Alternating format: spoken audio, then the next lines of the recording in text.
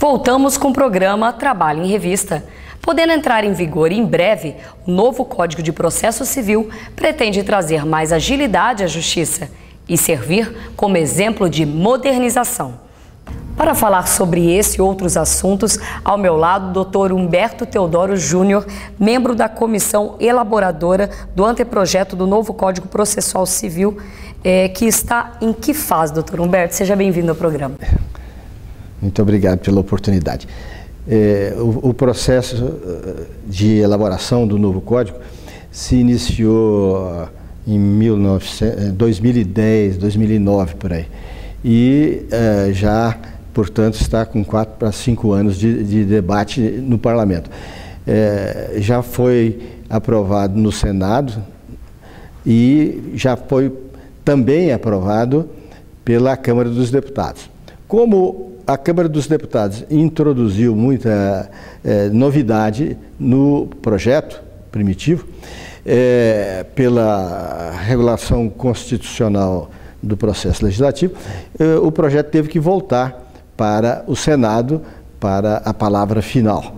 E é nesse momento em que se acha o projeto. Ele está no Senado, onde foi constituída uma comissão especial para apreciar a contribuição que veio da Câmara dos Deputados, e a qualquer momento ele está em condição de ser votado. As previsões políticas diziam que essa aprovação deveria ter acontecido em julho, mas nós estamos num período tumultuado pelo processo eleitoral. Mas ainda se comenta nos bastidores que a qualquer momento pode ser aprovado, porque não há mais grandes fatores de modificação do projeto. O Senado não tem mais, nessa altura do andamento do processo administrativo, projeto legislativo, o Senado não pode modificar o que veio da Câmara, a não ser suprimindo alguma coisa ou aprimorando algum texto só de redação, sem mexer na essência. Quais são as principais mudanças que contém esse novo Código de Processo Civil? Esse novo Código de Processo Civil não teve basicamente uma preocupação de romper com o passado, com o Código anterior. De forma que no procedimento as modificações não são tão grandes. Mas é a filosofia, a ideologia do sistema é que foi muito modificada, para fazer com que dentro do Código de Processo aparecessem os princípios constitucionais, as regras que hoje se dizem regras do neoconstitucionalismo, um constitucionalismo que é preocupado em tornar realidade os direitos do homem, a dignidade da pessoa humana, a solidariedade social. Então é isso que transparece ao longo de todo o novo Código. Um modo de entender e de aplicar as regras processuais que tenham sempre presente os princípios e garantias que vêm da Constituição. Há uma preocupação quanto à agilidade, às técnicas e à adoção da informática que contém nesse novo Código? Perfeitamente. O que aconteceu depois da Segunda Grande Guerra Mundial foi que se adotou, não num ou em outro país, mas no mundo de uma forma global, uma preocupação com o homem. Porque se lembrar o que foram o desastre e o absurdo, a hecatombe que foram as duas grandes guerras, né? A segunda, então, foi um massacre, desrespeito total à dignidade humana, ao ser humano como centro de preocupação do direito. E, então, o que nasceu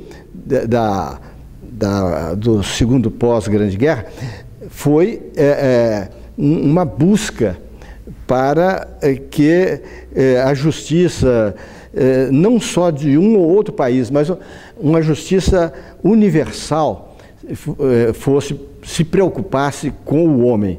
E daí surgiram cortes multinacionais, cortes dos direitos do homem em Estrasburgo, que pegava a Europa toda, a comunidade, a Corte dos Direitos do Homem da América, aqui de Costa Rica.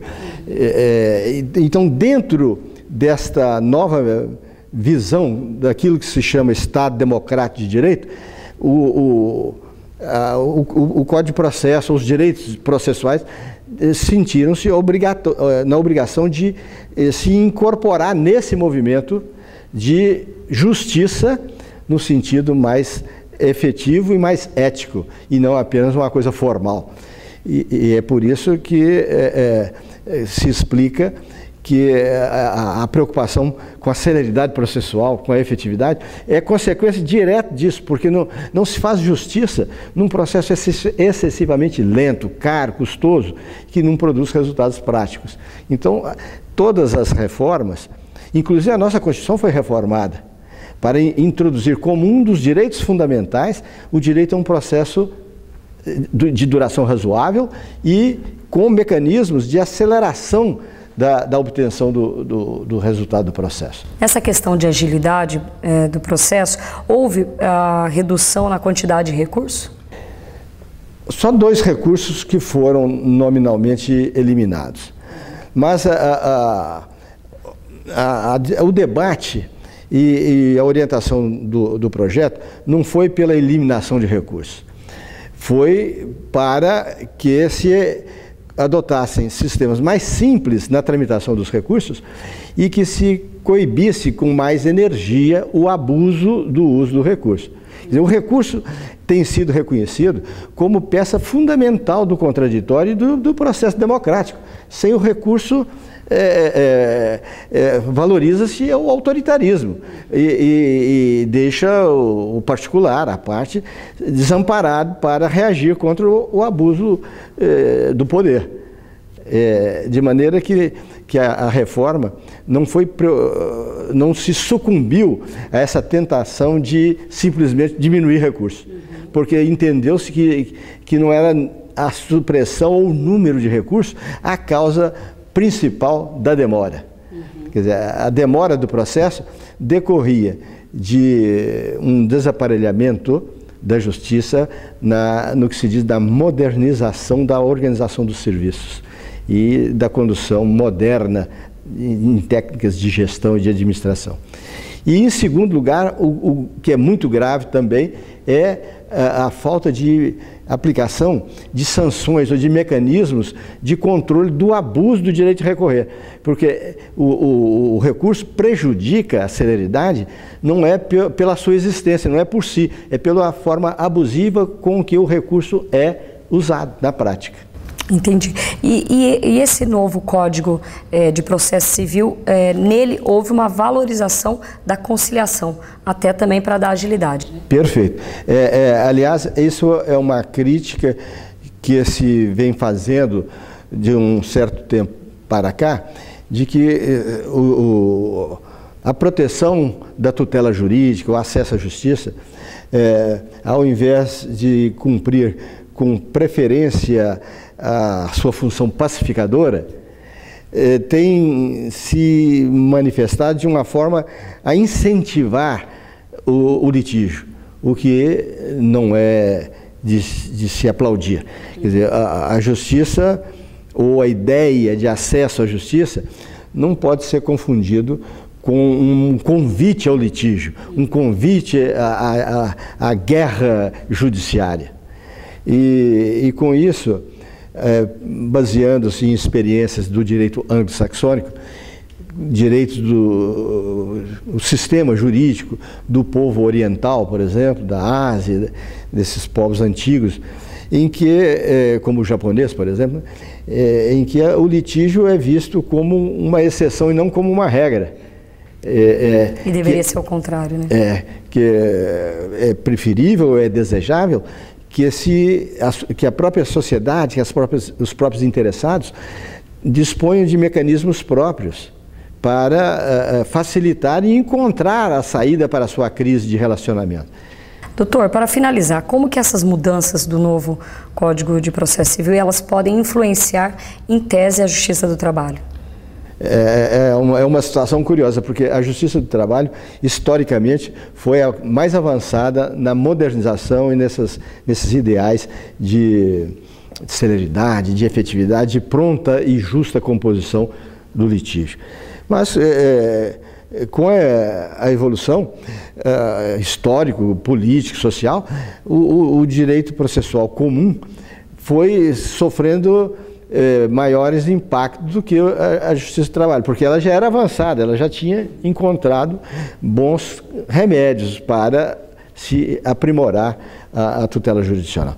Mas o grande modernismo de tecnologia e de pensamento mesmo filosófico acabou se manifestando nos últimos anos mais sobre o processo civil do que sobre o processo trabalhista, que ficou um pouco estabilizado, parado no tempo, né? Então, com isso, surge a possibilidade hoje de fazer o inverso. Ao invés de ser a Justiça do Trabalho que esteve influenciando a Justiça Civil durante muitos anos, começa a se sentir o contrário. É uma influência da modernidade do processo civil para chamar a Justiça do Trabalho a acompanhar esse processo de modernização. O senhor tem algum recado para deixar?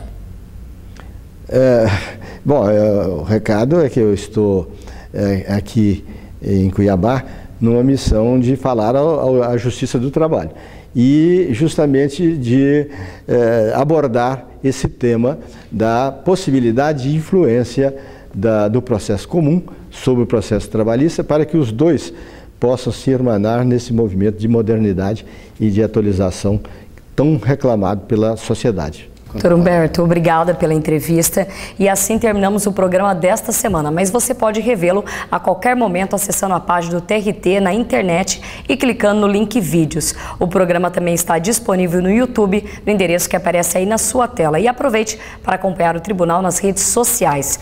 Obrigada e até o próximo programa.